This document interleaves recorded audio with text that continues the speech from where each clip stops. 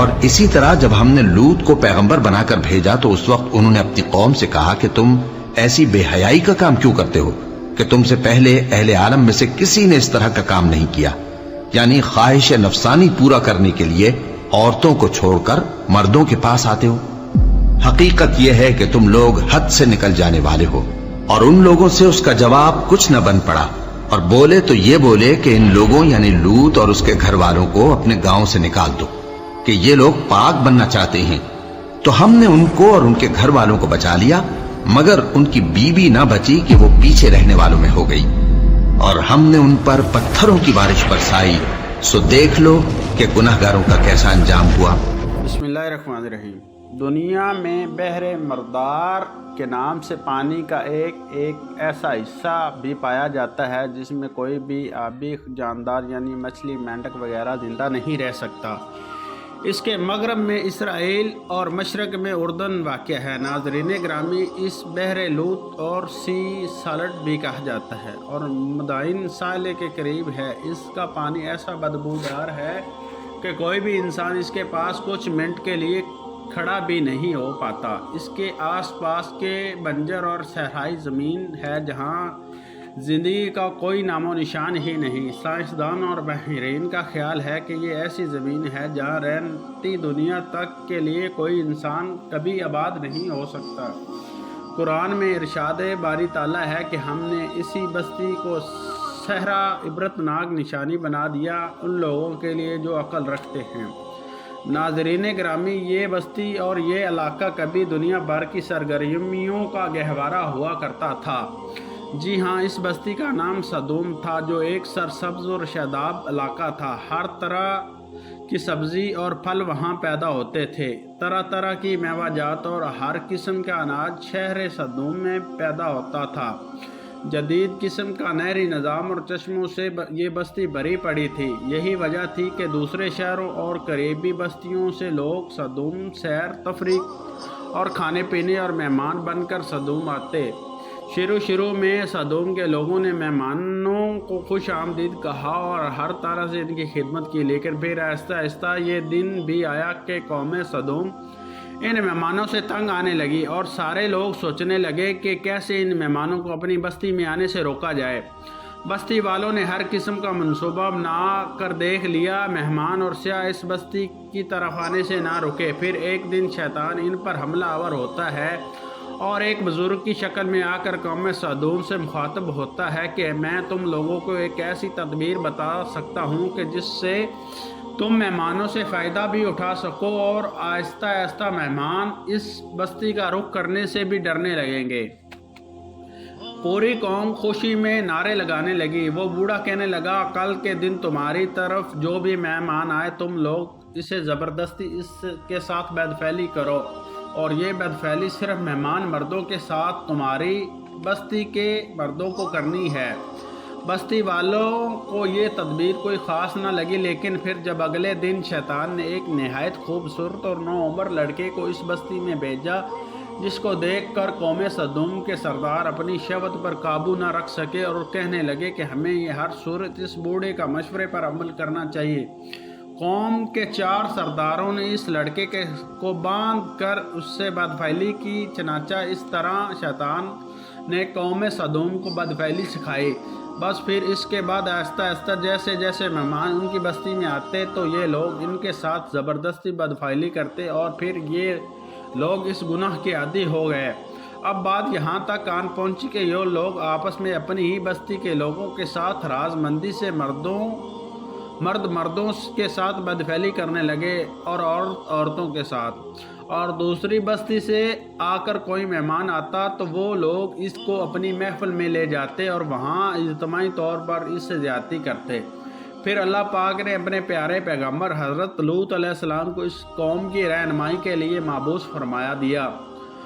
حضرت لوط علیہ السلام حضرت ابراہیم علیہ السلام کے بھتیجے تھے اور عراق کے شہر بابل کے رہنے والے تھے۔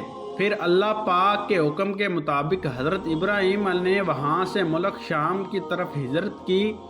حضرت ابراہیم علیہ السلام حضرت سارہ سلام اللہ علیہا کے ساتھ فلسطین تشریف لے گئے اور وہاں لوط علیہ السلام اور اردن میں مقیم ہو گئے۔ پھر اللہ کے حکم سے حضرت لوط علیہ السلام صدوم کے لوگوں کی ہدایت کے لیے صدوم تشریف لے گئے۔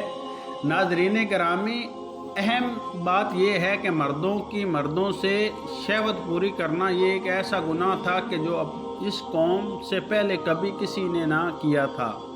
قرآن پاک میں قوم لوط کا ذکر 17 مرتبہ آیا ہے۔ اللہ پاک قرآن پاک میں فرماتا ہے، کیا وہ بے حیائی کرتے ہو جو تم سے پہلے جہاں میں کسی نے نہ کی؟ تم مردوں کے ساتھ پاس شہوت ہو جاتے ہو اور عورتیں چھوڑ کر، بلکہ تم لوگ حد سے گزر گئے۔ حضرت لوط علیہ السلام کی قوم یہ سن کر ان کا کہنا سننے کے بجائے جو جواب دیا، اس کا ذکر قرآن کریم میں ہے، اور اس قوم کا کچھ جواب نہ تھا مگر یہی کہنا کہ ان کو اپنی بستی سے نکال دو، یہ لوگ تو پاکیزگی چاہتے ہیں۔ حضرت لوط علیہ السلام نے اپنی قوم کو بہت سمجھایا، لیکن وہ بد فعلی سے باز نہ آئے۔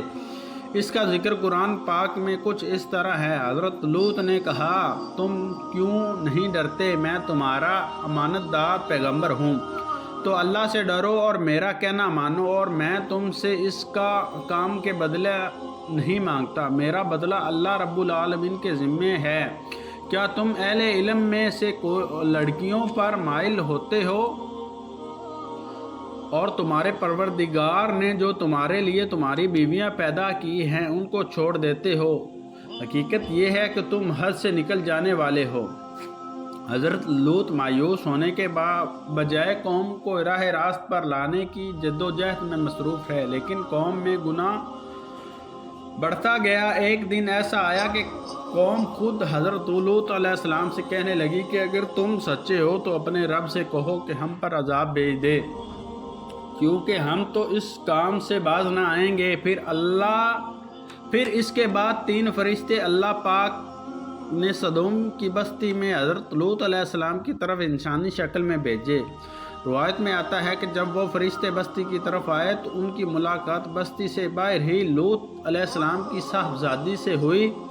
فرشتے حضرت لوط کی بیٹی سے کہنے لگے کہ ہم مسافر ہیں اور ہم چاہتے ہیں کہ آج رات اسی بستی میں رک جائیں، کیا یہاں ہمیں ایک رات رہنے کے لیے کوئی جگہ مل سکتی ہے؟ لڑکی نے ان سے کہنے لگی کہ آپ لوگ یہاں پر ہی رکیں، میں اپنے والد سے اس بات کا ذکر کرتی ہوں۔ لڑکی حضرت لوط علیہ السلام کے پاس آئی اور پریشانی میں کہنے لگی، ابا جان، بستی کے کنارے پر میں نے 3 انتہائی خوبصورت نوعمر لڑکے دیکھے جو ہماری بستی میں رات رکنا چاہتے ہیں۔ ان میں سے ان کو بستی کے باہر رکنے کا کہا، کیونکہ اگر ان کو بستی کے لوگوں نے دیکھا تو وہ ان لڑکوں کے ساتھ بھی ایسا ہی سلوک کریں گے جیسا کہ یہاں پر عام ہے۔ خیر، حضرت لوط بستی کے کنارے گئے اور انسانی شکل والے فرشتوں کو چھپا کر اپنے گھر لے آئے۔ مفسرین اور تاریخ دان لکھتے ہیں کہ وہ فرشتے جبرائیل علیہ السلام، حضرت میکائیل علیہ السلام اور حضرت اسرافیل علیہ السلام تھے، لیکن وہ نہایت ہی خوبصورت نوعمر لڑکوں کی شکل میں تھے۔ حضرت لوط علیہ السلام کی بیوی وائلہ کافروں سے ملی ہوئی تھی، اس لیے اس نے یہ راز فاش کر دیا۔ ہمارے گھر میں 3 خوبصورت نوعمر لڑکے مہمان بن کر آئے ہیں اور لوط علیہ السلام ان کو چھپا رہے ہیں۔ بس یہ سننا تھا کہ بستی کے لوگ حضرت لوط علیہ السلام کے گھر کی طرف لپکے۔ اللہ پاک قرآن پاک میں فرماتا ہے، اور جب قوم دوڑتی ہوئی ان کے پاس پہنچی، یہ لوگ پہلے ہی سے برے کام کیا کرتے تھے، تو لوط نے کہا، اے قوم، یہ جو میری قوم کے لڑکیاں ہیں تمہارے لیے جائز ہیں اور پاک ہیں، اللہ سے ڈرو اور مجھے میرے مہمانوں کے بارے میں رسوا نہ کرو۔ کیا تم میں سے کوئی بھی شائستہ آدمی نہیں؟ حضرت لوط کی بات سن کر وہ لوگ بولے، اے لوط، کیا ہم نے تم کو سارے جہاں کی حمایت کی طرفداری سے منع نہیں کیا تھا؟ اور تم یہ خوبی واقف ہو کہ ہمیں تمہاری بیٹیوں سے کچھ حاجت نہیں، اور جو ہمارے اصل چاہت ہے اس سے تم یہ خوبی واقف ہو۔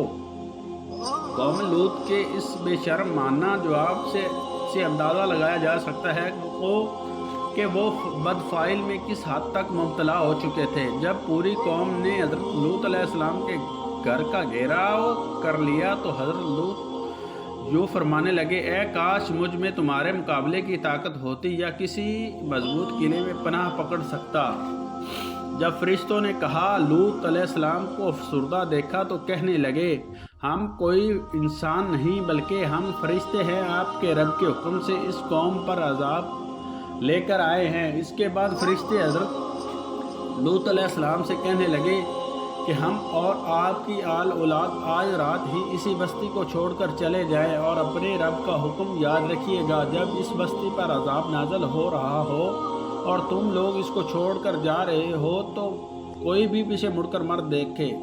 چنانچہ حضرت لوط علیہ السلام رات کو اپنے اہل و عیال کو لے کر نکل پڑے۔ ان کی بیوی وائلہ بھی ان کے ساتھ تھی۔ ادھر بستی کے لوگ حضرت لوط علیہ السلام کے گھر کے باہر جمع تھے۔ حضرت جبرائیل اپنا ایک پر مارا اور سارے کے سارے لوگ جو جمع تھے وہ اندھے ہو گئے۔ یہ عذاب صرف ان لوگوں کے لیے تھا جو حضرت لوط علیہ السلام کے گھر کے باہر جمع تھے۔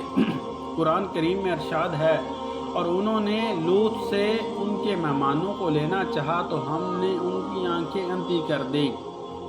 اس کے بعد حضرت جبرائیل علیہ السلام نے اس بستی کو اللہ کے حکم سے زمین سے کھیڑا اور پھر اپنے بازو پر رکھ کر آسمان پر لے گئے، یہاں تک کہ بستی کے مرغوں اور کتوں کی آوازیں آسمان کے فرشتوں نے سنی اور پھر اس ساری بستی کو زمین پر دے مارا۔ پھر اس کے بعد اللہ پاک نے ان لوگوں پر پتھروں کی بارش کی۔ مفسرین لکھتے ہیں کہ ہر پتھر پر اس کا نام شخص کا نام لکھا ہوا تھا جس کو وہ آ کر لگتا تھا۔